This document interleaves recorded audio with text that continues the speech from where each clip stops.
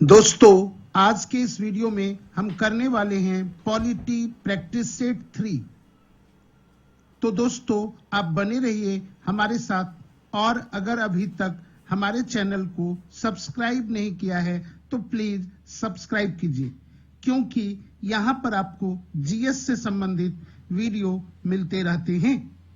तो नमस्कार साथियों, मेरा नाम है मुकेश और स्वागत है आप सभी का आपके अपने YouTube चैनल मुकेश प्रयास पर। तो आज हम पॉलिटी की प्रैक्टिस सेट 3 को प्रारंभ कर रहे हैं और अन्य दिनों की तरह आप कॉपी और पेन लेकर बैठे और मेरे साथ प्रश्न को खुद से बनाने का प्रयास करें।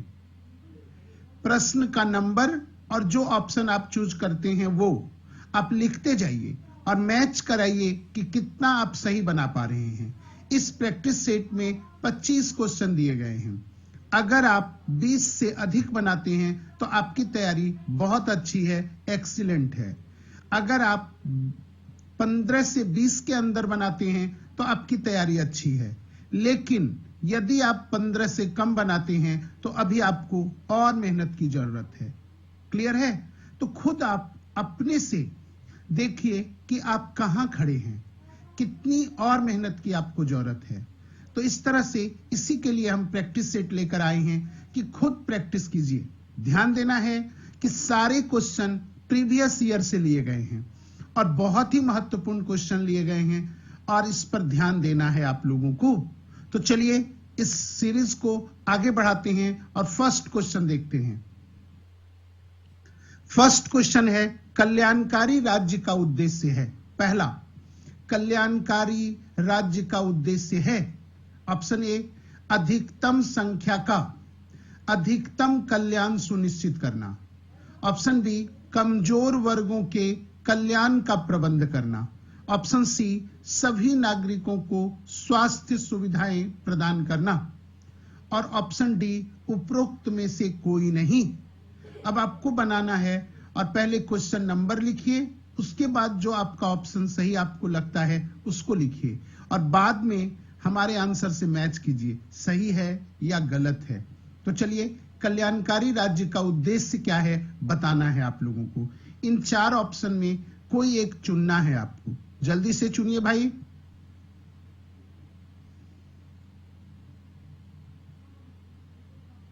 चलिए देखते हैं इसका आंसर क्या है। तो इसका आंसर है कमजोर वर्गों के कल्याण का प्रबंध करना। कमजोर वर्गों के कल्याण के लिए कार्य करना कल्याणकारी राज्य का मुख्य उद्देश्य होता है। तो क्लियर है भाई? नेक्स्ट क्वेश्चन देखते हैं। अगला क्वेश्चन है, भारत एक गणतंत्र है जिसमें अंतर्निहित है। ऑप्शन ए, राज्य का अध्यक्ष निर्वाचित होता है। ऑप्शन बी, देश स्वतंत्र है। ऑप्शन सी, देश में एक जनतांत्रिक व्यवस्था की सरकार है। और ऑप्शन डी, देश में अंतिम सत्ता संसद में निहित है। तो भारत एक गणतंत्र है, आप लोग को पता है।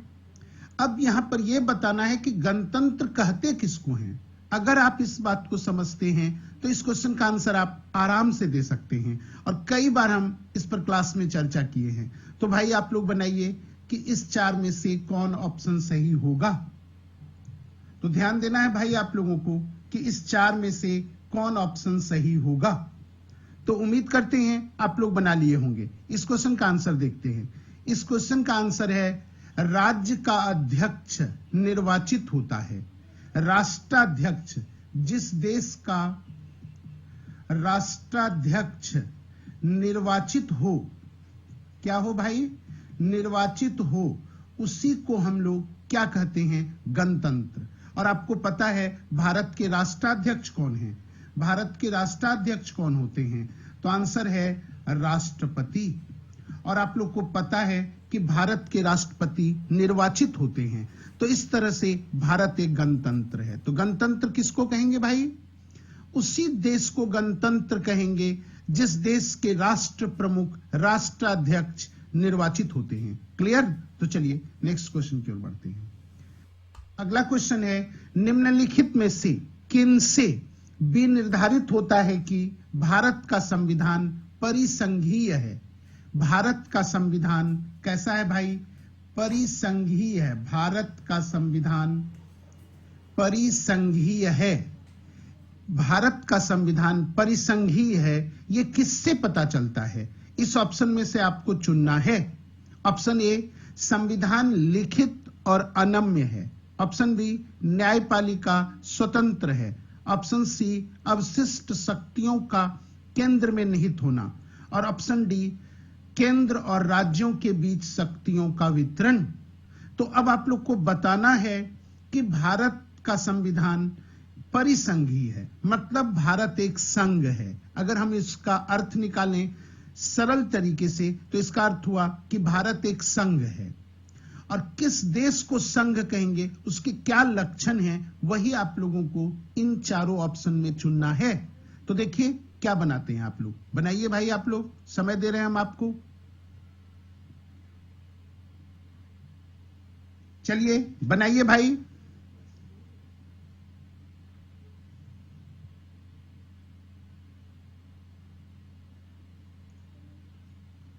क्लियर है भाई? बना? तो देखिए इस क्वेश्चन का आंसर क्या है। इस क्वेश्चन का आंसर है केंद्र और राज्यों के बीच शक्तियों का वितरण। तो परिसंघीय देश का एक बहुत ही प्रमुख लक्षण है केंद्र और राज्यों के बीच शक्तियों का वितरण। तो केंद्र और राज्यों के बीच शक्तियों का वितरण यह संघीय व्यवस्था का लक्षण है। तो यह ऑप्शन डी हमारा सही आंसर है।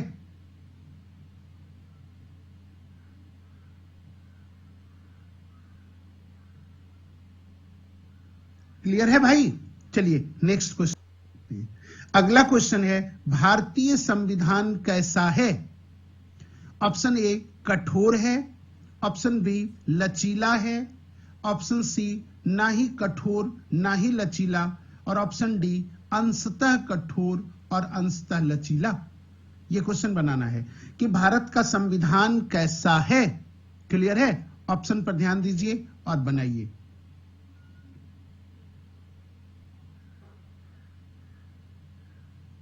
क्लियर है?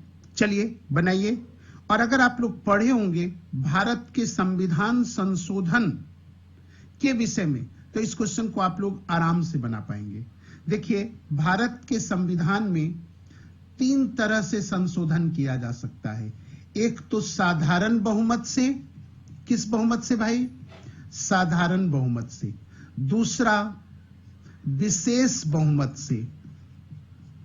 और तीसरा विशेष बहुमत प्लस आधे से अधिक राज्यों का समर्थन। अधिक राज्यों का समर्थन।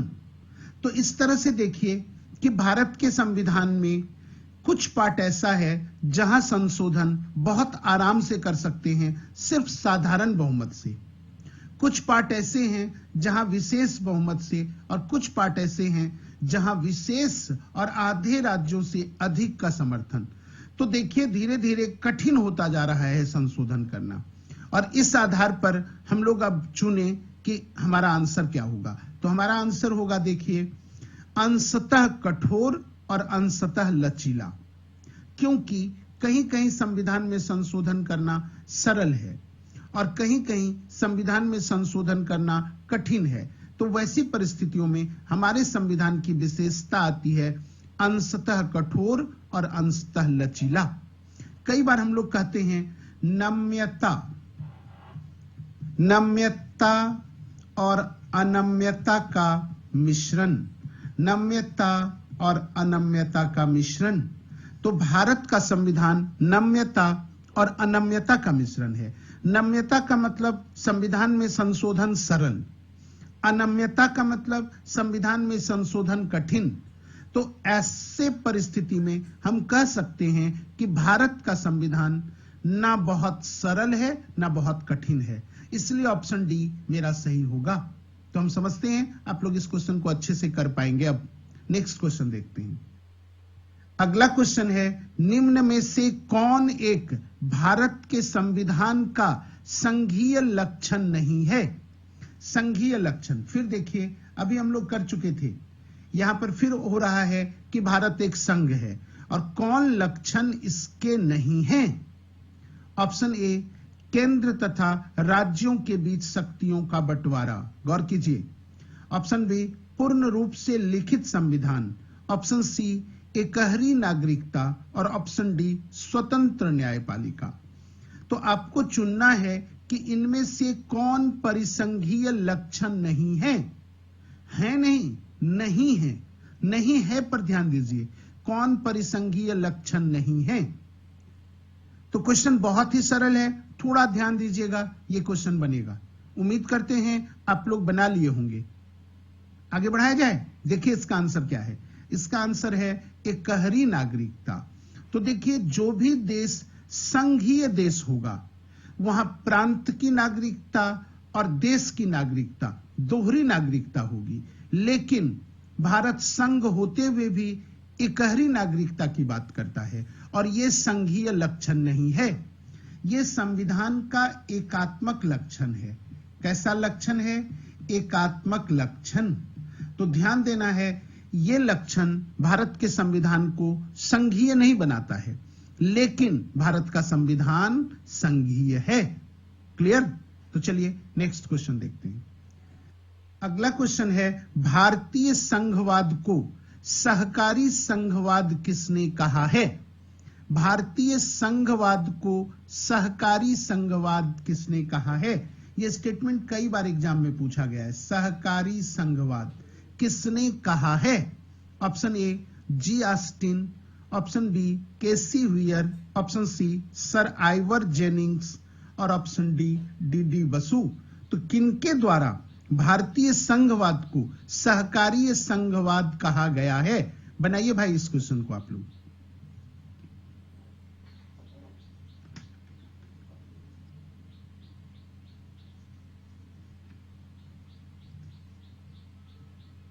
क्लियर है भाई? तो अब उम्मीद करते हैं आप लोग बना लिए होंगे। देखते हैं इसका आंसर। इसका आंसर है जी ऑस्टिन। तो भारतीय संघवाद को सहकारी संघवाद, कौन संघवाद? सहकारी संघवाद किसके द्वारा कहा गया है? आंसर क्या बोलेंगे? जी ऑस्टिन। क्लियर? नेक्स्ट क्वेश्चन देखते हैं। किसने कहा था भारत अर्ध संघात्मक राज्य है? यह भी कई बार स्टेटमेंट पूछा गया है। किसने कहा था भारत अर्ध संघात्मक राज्य है? Option A Harold Laski, option B Ivor Jennings, option C Lord Bryce और ऑप्शन डी केसी व्हीयर। बनाना है भाई, बनाइए इस क्वेश्चन को। कई बार पूछा गया है ये क्वेश्चन। भारतीय संघ एक अर्ध संघात्मक राज्य है, ये किनका कथन है? ये कथन को चुनना है। इसके पहले हम लोग एक कथन किए थे, इस कथन को कर रहे हैं। दोनों पर आप लोग को ध्यान रखना है। तो चलिए आंसर देखते हैं। इसका आंसर है केसी व्हीयर। क्या आंसर है भाई? केसी व्हीयर।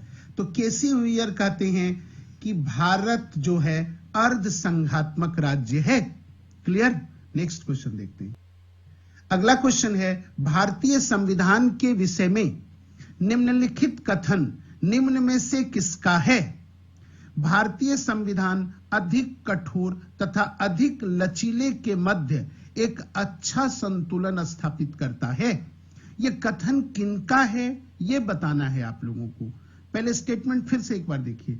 भारतीय संविधान अधिक कठोर तथा अधिक लचीले के मध्य एक अच्छा संतुलन स्थापित करता है। ऑप्शन ए, ये किनका कथन है? गौर करना है। B R Ambedkar, option B MP Pylee, option C Alexandrowicz और ऑप्शन डी केसी व्हीयर।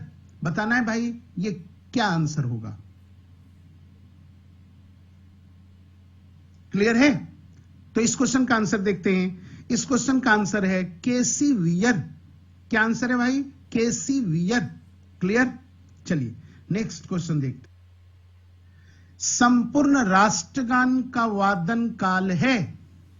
हमारा जो राष्ट्रगान है, पहले पता है ना आप लोग को, राष्ट्रगान क्या है हमारा? जन गण मन। तो जन गण मन जो हमारा राष्ट्रगान है उसकी गायन काल कितना है? Option A 50 second, option B 45 second, option C 52 second, option D 55 second. बहुत ही आसान, बहुत बार पूछा जाने वाला प्रश्न है, बनाइए। और ये तो गलत नहीं होना चाहिए भाई।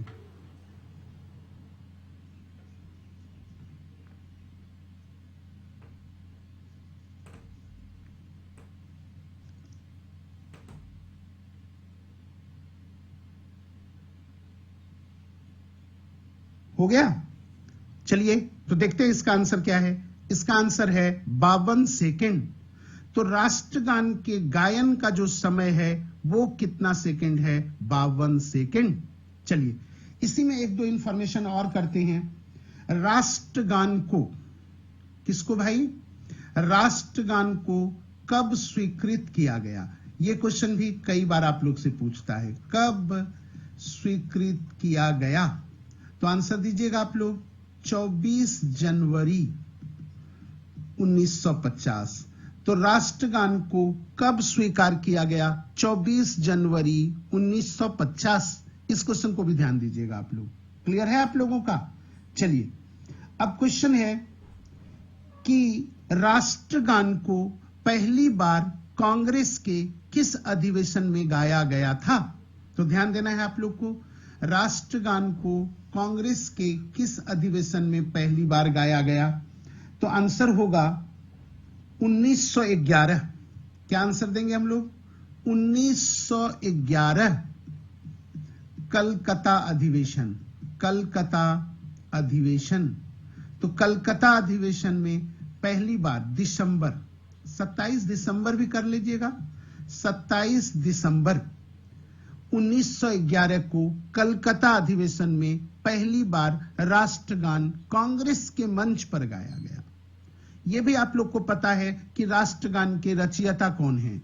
तो रविंद्रनाथ टैगोर। कौन है भाई? रविंद्रनाथ टैगोर। और ये राष्ट्रगान किस पुस्तक में प्रकाशित हुआ था पहली बार? आंसर होगा गीतांजलि। तो कई क्वेश्चन यहां से हम लोग कर पाए। नेक्स्ट क्वेश्चन देखते हैं। अगला क्वेश्चन है, भारत शासन द्वारा राजकीय चिन्ह कब से अंगीकृत किया गया था? राजकीय चिन्ह, राजकीय चिन्ह, ध्यान दीजिए। पहले राजकीय चिन्ह कब अंगीकृत किया गया था? 15 अगस्त 1948, 2 अक्टूबर 1947, 26 जनवरी 1948, 26 जनवरी 1950। बनाना है भाई आप लोग को।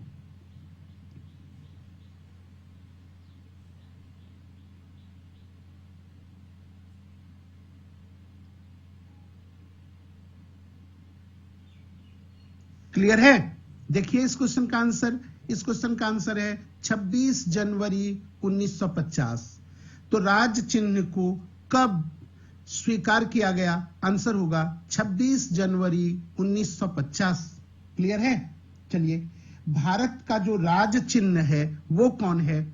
तो ध्यान दीजिएगा, सिंह स्तंभ का शीर्ष, सिंह स्तंभ का शीर्ष। और ये सिंह स्तंभ कहां से मिला है? तो सारनाथ से।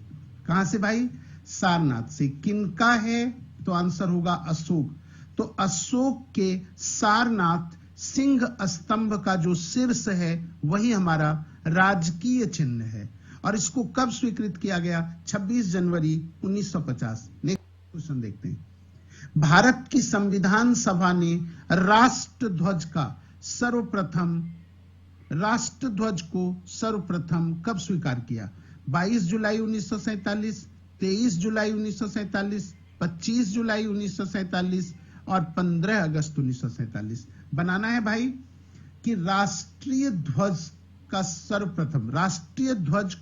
सर्वप्रथम संविधान सभा द्वारा कब स्वीकार किया गया? ऑप्शन देखिए और आराम से बनाइए। बहुत ही सरल क्वेश्चन आ रहा है भाई, और ये सब काफी परीक्षोपयोगी हैं, बार बार एग्जाम में आप लोग को पूछे जाते हैं। चलिए इसका आंसर देखते हैं। इसका आंसर है 22 जुलाई 1947। और भारत के राष्ट्र ध्वज को हम लोग कहते हैं तिरंगा। क्या कहते हैं? तिरंगा। ध्यान रखिएगा, तिरंगा की लंबाई और चौड़ाई का अनुपात 3:2 है। बराबर पूछता है कि तिरंगा के लंबाई और चौड़ाई का अनुपात बताइए। क्या बोलेंगे आप लोग? 3:2। क्लियर है?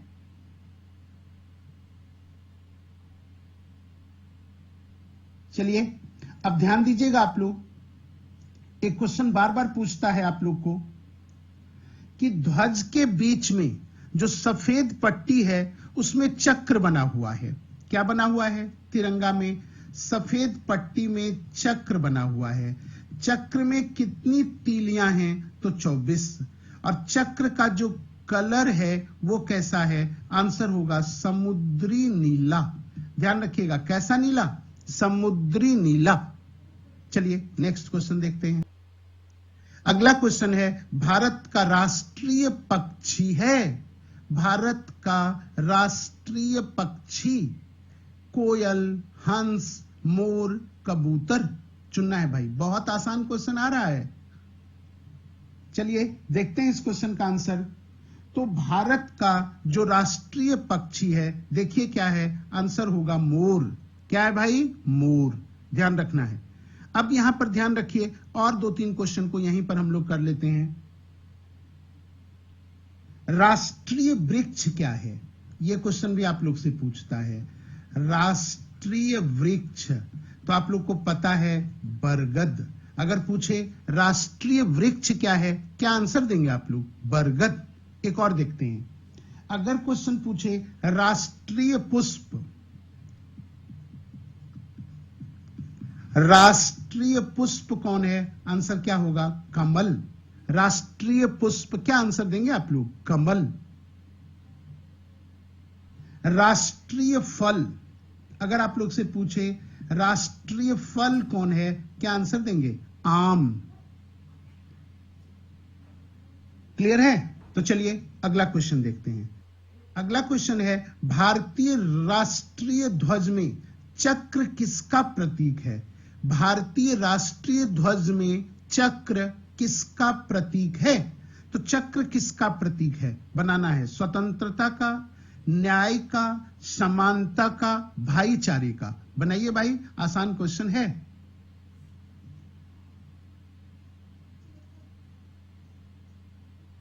चलिए ऑप्शन कर लिए होंगे आप लोग। आंसर है न्याय का। तो राष्ट्रीय ध्वज में चक्र जो है वो किसका प्रतीक है? न्याय का। चक्र प्रतीक है किसका? तो आंसर होगा न्याय का। क्लियर? चलिए नेक्स्ट क्वेश्चन देखते हैं।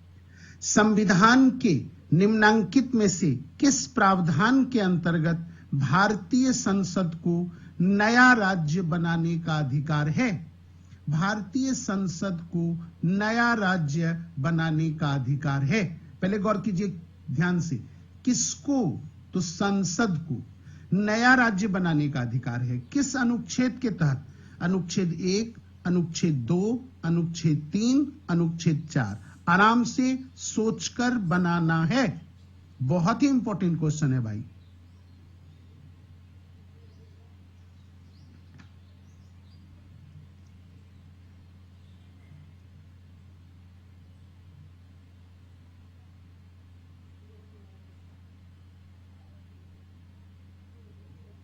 चलिए इस क्वेश्चन का आंसर देखते हैं। इस क्वेश्चन का आंसर है अनुच्छेद 3। अनुच्छेद 3 के तहत संसद को नया राज्य बनाने का अधिकार है। क्लियर? किस अनुच्छेद के तहत? अनुच्छेद 3।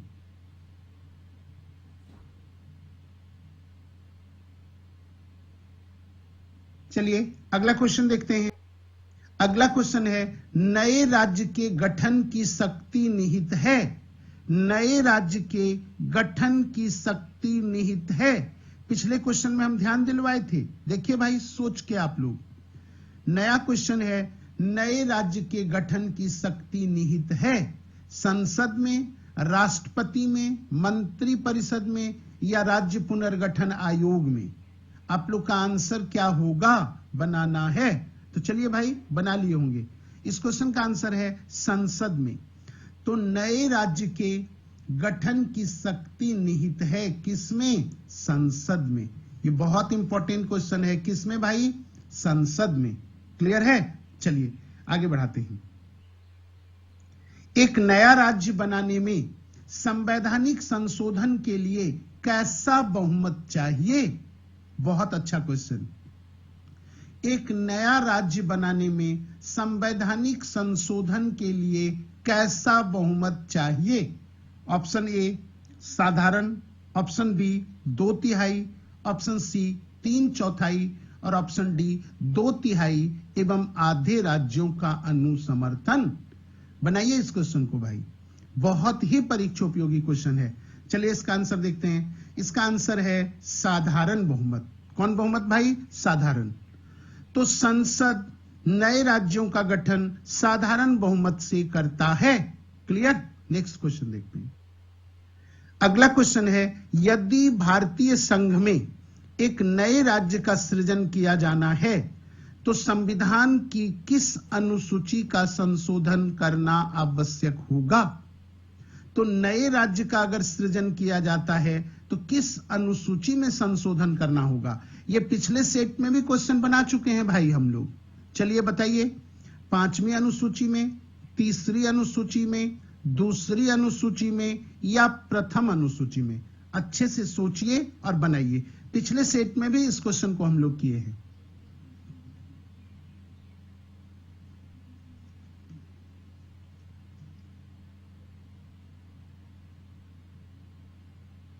चलिए तो बनाते हैं इस क्वेश्चन का आंसर।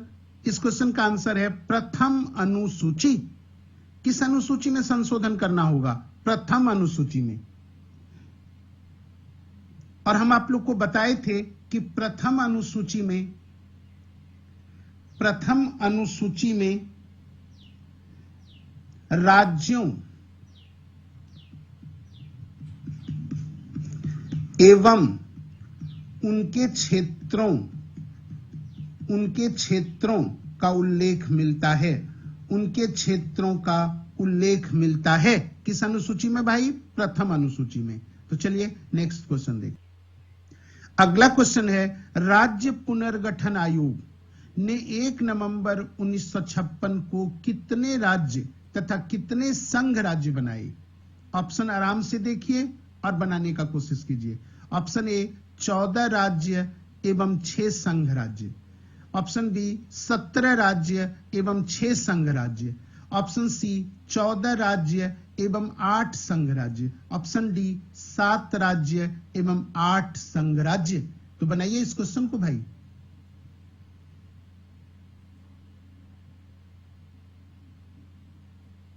पहले तो इस क्वेश्चन को हम बताते हैं आप लोग को कि ये जो राज्य पुनर्गठन आयोग है ये किसकी अध्यक्षता में? तो फजल अली की अध्यक्षता में, फजल अली की अध्यक्षता में गठित किया गया था। तो यह क्वेश्चन भी पूछ सकता है कि राज्य पुनर्गठन आयोग जो स्वतंत्रता के बाद गठित किया गया था उसके अध्यक्ष कौन है? आंसर क्या देंगे आप लोग? फजल अली। चलिए बताते हैं इस क्वेश्चन का आंसर। इस क्वेश्चन का आंसर होगा 14 राज्य एवं 6 संघ राज्य। 14 राज्य एवं 6 संघ राज्य। तो राज्य पुनर्गठन आयोग ने 1 नवंबर 1956 को कितने राज्य तथा कितने संघ राज्य बनाए? आंसर क्या देंगे आप लोग? 14 राज्य एवं 6 संघ राज्य। चलिए नेक्स्ट क्वेश्चन। अगला क्वेश्चन है, किस संविधान संशोधन द्वारा दिल्ली को राष्ट्रीय राजधानी क्षेत्र का दर्जा दिया गया? बहुत ही परीक्षा उपयोगी क्वेश्चन।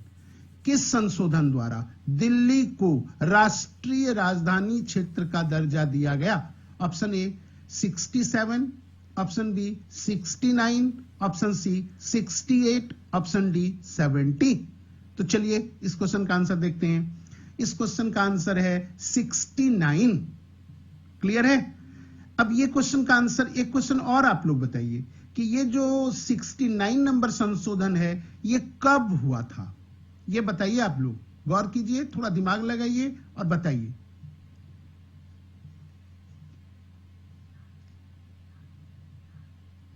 चलिए इस क्वेश्चन का आंसर होगा 1991। तो 69वां संविधान संशोधन 1991 द्वारा दिल्ली को राष्ट्रीय राजधानी क्षेत्र का दर्जा दिया गया और इसके साथ ही विधानसभा और मंत्री परिषद का भी उल्लेख किया गया। विधानसभा प्लस मंत्री परिषद का गठन किया गया। क्लियर है? चलिए नेक्स्ट क्वेश्चन देखते। अगला क्वेश्चन है, नीचे दिए गए राज्यों को भारत संघ के संपूर्ण राज्य का दर्जा प्राप्त होने का सही कालानुक्रम कौन सा है?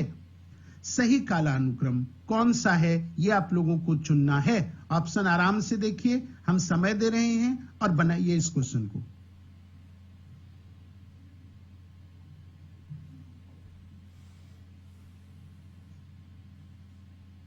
बना? आराम से बनाइए, कोई हड़बड़ की बात नहीं है। आराम से बनाना है, अच्छे से करना है, तभी जाकर आप परीक्षा में सफल हो पाएंगे। तो चलिए इस क्वेश्चन का आंसर देखते हैं। इस क्वेश्चन का आंसर है ऑप्शन नंबर बी, नागालैंड सबसे पहले, उसके बाद हरियाणा, उसके बाद सिक्किम, उसके बाद अरुणाचल प्रदेश। तो ये क्रम है। अब हम लोग देखते हैं कि नागालैंड का गठन कब हुआ। अगर ये हम लोगों को याद हो जाए तो क्रम आराम से हम लोग बना पाएंगे। तो नागालैंड का गठन देखिए आप लोग, सबसे पहले देखिए नागालैंड का गठन। तो नागालैंड का जो गठन है वो है 1 दिसंबर, कब भाई? 1 दिसंबर 1963, 1 दिसंबर 1963। क्लियर? चलिए हरियाणा का गठन देखते हैं। हरियाणा का गठन देखिए 1 नवंबर 1966। तो हरियाणा कब गठित हुआ? 1 नवंबर 1966। आइए सिक्किम का देखते हैं। सिक्किम कब गठित हुआ?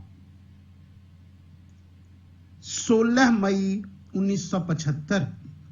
16 मई 1975।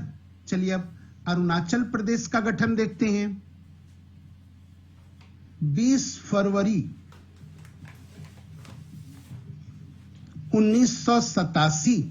तो इस तरह से अगर गठन का वर्ष याद है तो इस क्वेश्चन को हम लोग कर पाएंगे। नेक्स्ट क्वेश्चन देखते हैं।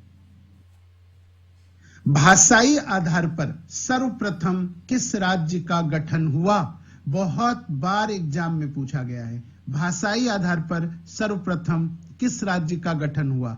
Option A Rajasthan, option B Andhra Pradesh, option C Madhya Pradesh और ऑप्शन डी कर्नाटक। चलिए आराम से बनाइए।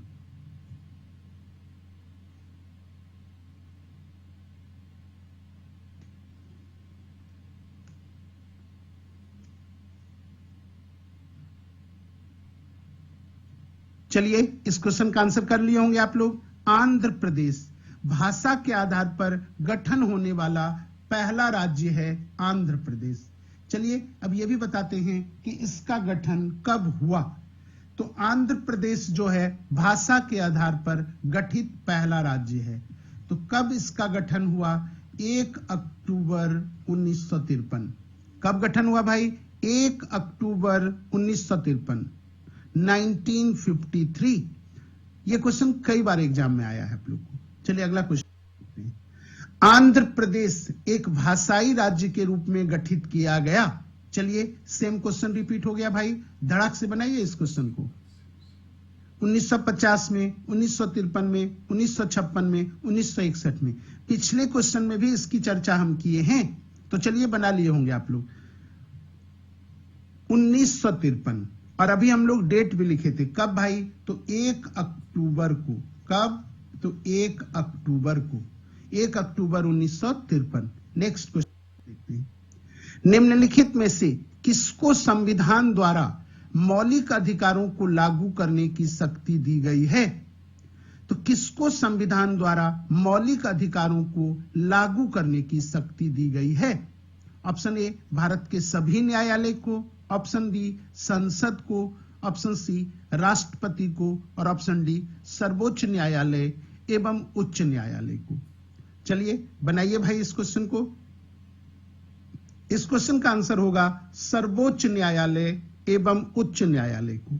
और आप लोग को पता है कि सर्वोच्च न्यायालय मौलिक अधिकार की रक्षा के लिए रीट जारी करता है। किस अनुच्छेद के तहत? तो 32 के तहत।